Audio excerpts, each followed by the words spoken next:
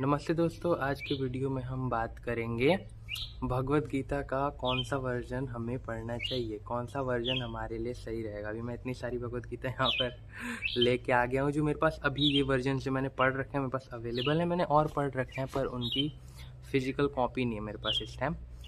इसलिए अभी इन वीडियोज़ में हम इन पे ही बात करेंगे कि कौन सा वर्जन हमें अच्छा रहेगा हमारे पढ़ने के लिए। मतलब मार्केट में तो अभी बहुत सारे different types of Bhagavad Gita available है, तो हम लोग कंफ्यूज हो जाते हैं कि कौन सा वर्जन हमें पढ़ना चाहिए। तो सबसे पहले मैं शुरू करूँगा इस बुक से। ये है सबसे पॉपुलर वर्जन भगवत गीता का, सबसे बेस्ट सेलिंग इस्कॉन की स्वामी श्रील प्रभुपाद की भगवत गीता। ये मेरी फर्स्ट भगवत गीता थी, वैसे मैंने ये पढ़ी थी। तो इसे पढ़ना चाहिए या नहीं। देखो दोस्तों, इसके ऊपर ना बहुत सारे लोग डिबेट करते हैं कि ये अच्छा वर्जन नहीं है। इसमें मेन बात ना मुझे लगता है कि दो चीज़ें जो लोगों को सबसे जो प्रॉब्लम लगती है उस पर हम बात करेंगे क्यों प्रॉब्लम लगती है। इसमें कई श्लोकाज में ना जैसे दूसरे देवी देवताओं को डेमी गॉड्स बोला जाता है, ऐसे इंग्लिश वर्जन्स में भी। और उसमें शिव जी को भी जैसे ऐसा दिखाया जाता है कि सारे देवी देवता भगवान से, कृष्ण भगवान से नीचे हैं। तो एक वो बात है ना, एक ये प्रॉब्लम। तो इनके इस्कॉन के इस गीता के डिफेंस में मैं एक बात कहना चाहूँगा कि ये एक वैष्णव संप्रदाय का टीका है। अगर आप हिंदुइज्म के बारे में थोड़ा बहुत जानते हैं तो आपको हिंदुइज्म के डिफरेंट सेक्ट्स के बारे में पता होगा। वैष्णविज्म, शैविज्म, शाक्तिज्म, जिसमें वैष्णविज्म में भगवान विष्णु जो कि हैं सुप्रीम होते हैं, और ऐसे ऐसे सो ऑन। शैविज्म में शिव जी और शक्तिज्म में शक्ति देवी। तो इस वर्जन में एक ये लगता है कि ये डेमीगॉड बोलता है बाकी देवी देवताओं को और श्री कृष्ण को सुप्रीम बोलता है।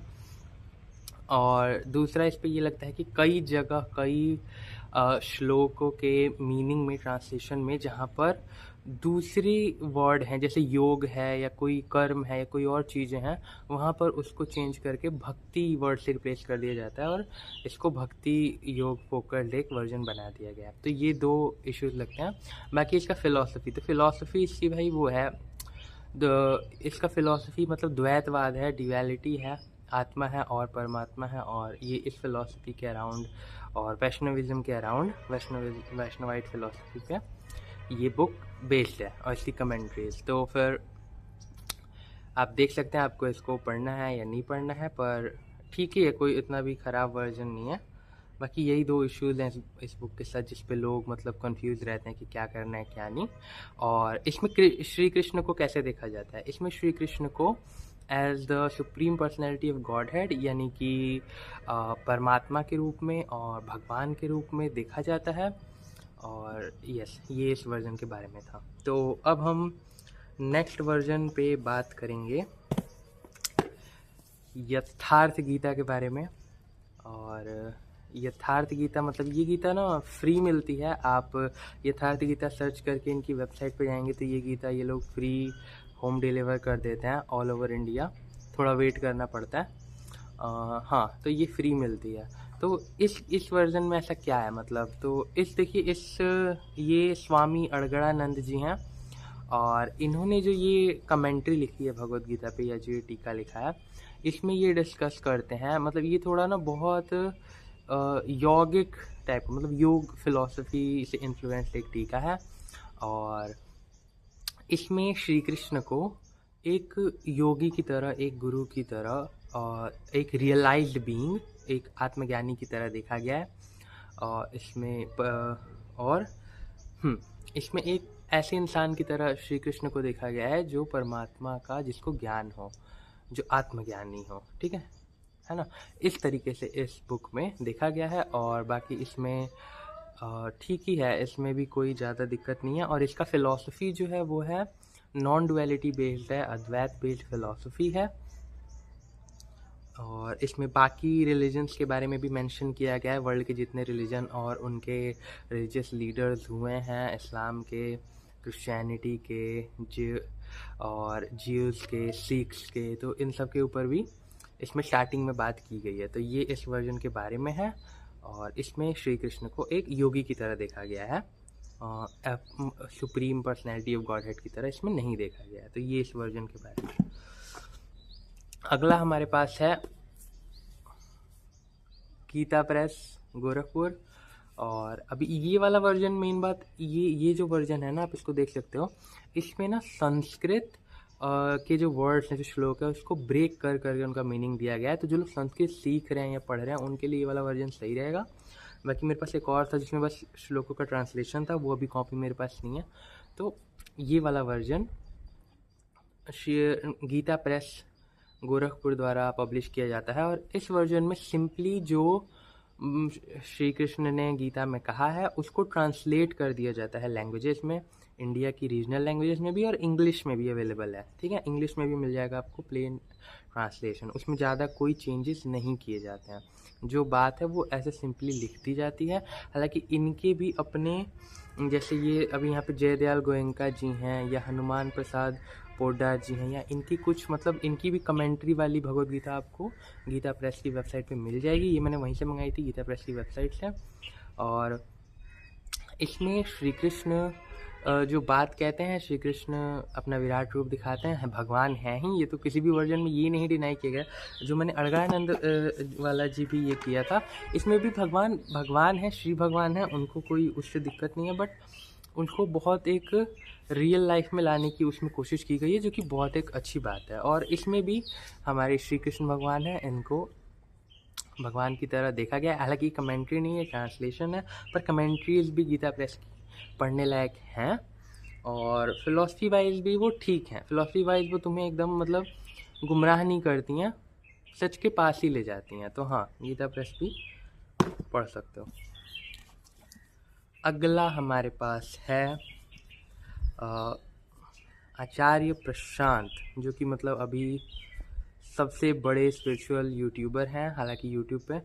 और वो मतलब अपने गीता सेशंस वगैरह भी लेते हैं, और उन्होंने बहुत बात की है अलग अलग स्पिरिचुअल टॉपिक्स पे। और जिसमें भगवद गीता भी एक है, भगवद गीता वो पढ़ाते भी हैं।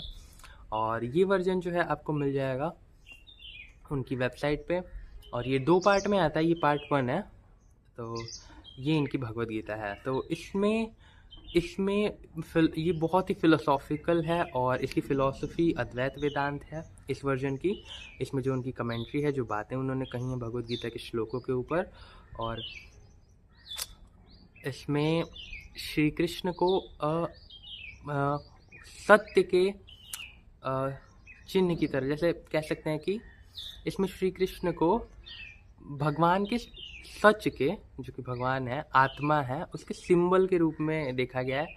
और मतलब हाँ, इसमें ट्रुथ का जो सिंबल है वो श्री कृष्ण भगवान है, और हमारा ईगो जो है वो अर्जुन है, हम अहंकार। और जो बैटल फील्ड है और जो सामने लोग लड़ने आए हैं वो लोग नेचर को यानी प्रकृति को रिप्रेजेंट कर रहे हैं। तो आत्मा, अहम और प्रकृति 3 चीज़ें हैं जो भगवद गीता में होती हैं क्लासिकली भी, और इस वर्जन में उनको हाईलाइट किया गया है कि श्री कृष्ण यहाँ पर आत्मा है, सत्य है, भगवान है, परमात्मा है, और अर्जुन यहाँ पर अहम है ना, मन है, अहम है जो बात है। और जो बैटल फील्ड पे लोग लड़ने आए हैं सामने से, वो लोग प्रकृति को रिप्रेजेंट कर रहे हैं, नेचर को रिप्रेजेंट कर रहे हैं, है ना, बॉडी को रिप्रेजेंट कर रहे हैं, एक तरीके से कह सकते हैं। तो इस वर्जन में ये हमें देखने को मिलता है, और बहुत ही मतलब प्रैक्टिकलिटी और बहुत मॉडर्न इसका, बहुत प्रैक्टिकल और बहुत मॉडर्न इसका ट्रांसलेशन है। इसमें मतलब हमारी आम बोलचाल की भाषा में इसको लिखा गया है, और बहुत इजी टू रीड है। ये बहुत इजी टू रीड और बहुत समझने में आसान है। अगर आपको हिंदी नहीं आती तो कुछ वर्ड आपको सर्च करने पड़ेंगे, पर बाकी ये एक अच्छा वर्जन है। ठीक है, ये एक पढ़ने लायक वर्जन है, और मैं ये रिकमेंड करूँगा कि इसको भी आपको एक बार चेकआउट करना चाहिए। तो और इसके अलावा मैंने अद्वैत आश्रम का स्वामी विवेकानंदा का एक वर्जन पढ़ा था भगवद गीता का। तो अभी मेरे पास वो फिज़िकल कॉपी नहीं है, तो वो वर्जन भी बहुत अच्छा था। और जिन लोगों को इंग्लिश आती है समझ में, उन लोगों को वो चीज़ पढ़नी चाहिए। हालांकि उसका हिंदी वर्जन भी अवेलेबल होगा अद्वैत आश्रम पे, पर जो उसका इंग्लिश वर्जन था मतलब टॉप क्लास, वो जो भगवद गीता पे मैंने वैसा थॉट्स अभी तक किसी के नहीं सुने। हाँ, उसमें कुछ लोग आते हैं क्लोज, अभी मैं उनका नाम नहीं लूँगा कि कौन कौन आते हैं, पर वो वर्जन एक टॉप क्लास वर्जन था भगवद गीता का। स्वामी विवेकानंद का पढ़ना चाहिए आप सबको एक बार लाइफ में, उसको पढ़ना चाहिए। छोटी सी बुक है वो, और सेलेक्टेड वर्सेस पे बोला है उन्होंने, हर हर श्लोक पे नहीं बोला है, तो आपको वो भी सुनना चाहिए, पढ़ना चाहिए। और उसके अलावा मैंने पढ़ रखा है, अभी मैं सुन रहा हूँ, अभी आधा सुन रखा है मैंने, वो है ओशो का। ओशो के भगवद गीता के ऊपर जो उन्होंने लिटरेचर भी है, और उनके ओशो हिंदी वाले यूट्यूब चैनल पर आपको मिल जाएंगे, जो उन पे उनकी वॉइस रिकॉर्डिंग्स हैं, जो उन्होंने टॉक्स दी थी जब ओशो जिंदा थे। आई थिंक 200 प्लस टॉक्स हैं भगवद गीता के ऊपर, चैप्टर बाय चैप्टर, श्लोक बाय श्लोक, उसमें वो अलग अलग को एक्सप्लेन करके बात करते हैं। और नॉर्मल एक रिकॉर्डिंग 1 आध घंटे की होती है, 1 घंटे 1.5 घंटे की, तो उसमें भी बहुत सुंदर तरीके से भगवद गीता पे ओशो ने बात की है। और वो वर्जन भले ही देखो ट्रेडिशनल लोग इंडिया में क्रिटिसाइज़ करते हैं ओशो को, पर मुझे लगता है शायद उन्होंने पढ़ा सुना नहीं, इसलिए लोग क्रिटिसाइज। ट्रेडिशनल रिलीजन जितने भी हैं और ट्रेडिशनल लोग, मुझे लगता है हिंदुइज़्म में भी, सिखिज़्म में भी, और भी बाकी धर्मों के जो बहुत ऑर्थोडॉक्स, बहुत ट्रेडिशनल लोग रहेंगे ना, वो ओशो को क्रिटिसाइज़ करते हैं। उनके पास अपने रीजंस होंगे, मुझे तो अभी तक समझ नहीं आया, पर मुझे ऐसा लगता है कि उन्होंने पढ़ा या सुना नहीं, पहले जज कर दिया है ना, बिना सोचे समझे। एक बार टाइम दे के ओशो का वर्जन भी आप सबको सुनना चाहिए, और बुक फॉर्म में भी अवेलेबल है भगवद गीता बाय ओशो। तो ये टॉक्स आपको एक बार लाइफ में ज़रूर सुननी चाहिए। और इसके अलावा कुछ ऑनररी मेंशंस जो हम इस वीडियो में करेंगे, जो कि मैंने अभी तक पढ़े नहीं है, पर मुझे पता है कि वो अच्छे हैं, वो अच्छे वर्जन्स हैं, तो उनके रिव्यूज़ मैंने पढ़े हैं और दूसरे पढ़ने वाले लोगों से मैंने बात की है उस पर। तो पहला रहेगा उसमें होली गीता बाय स्वामी चिन्मयानंदा, और चिन्मय मिशन पब्लिशर हैं। और उसके बाद है अद्वैत आश्रम के द्वारा एक 3 वॉल्यूम सेट निकलता है, और क्या नाम था, स्वामी रंगनाथानंद, पता नहीं, मुझे नाम याद नहीं आ रहा, पर वो 3 वॉल्यूम सेट अमेज़ॉन पे आपको मिल जाएगा अद्वैत आश्रम का, और वो भी पढ़ने लायक एक बढ़िया वर्जन है। उसकी फिलॉसफी मतलब अद्वैत वाली रहेगी। और इसके बाद एक वेस्टर्न राइटर हैं, मतलब उनकी बुक्स वेस्ट में ज़्यादा पॉपुलर हैं, एकनाथ ईश्वरन, और इन्होंने भी भगवद गीता पे एक बुक लिखी है, तो वो भी जाके आप चेकआउट करो। तो अभी के वीडियो में बस इतना ही, फिर आने वाली वीडियोस में और हम बात करेंगे कि जैसे अगर आप भगवद गीता को स्टडी करना चाहते हो तो कैसे करना चाहिए, या और दूसरे एक्सपीरियंसेस शेयर करेंगे, ठीक है। तो चैनल को सब्सक्राइब कर दो, मिलते हैं अगले वीडियो में।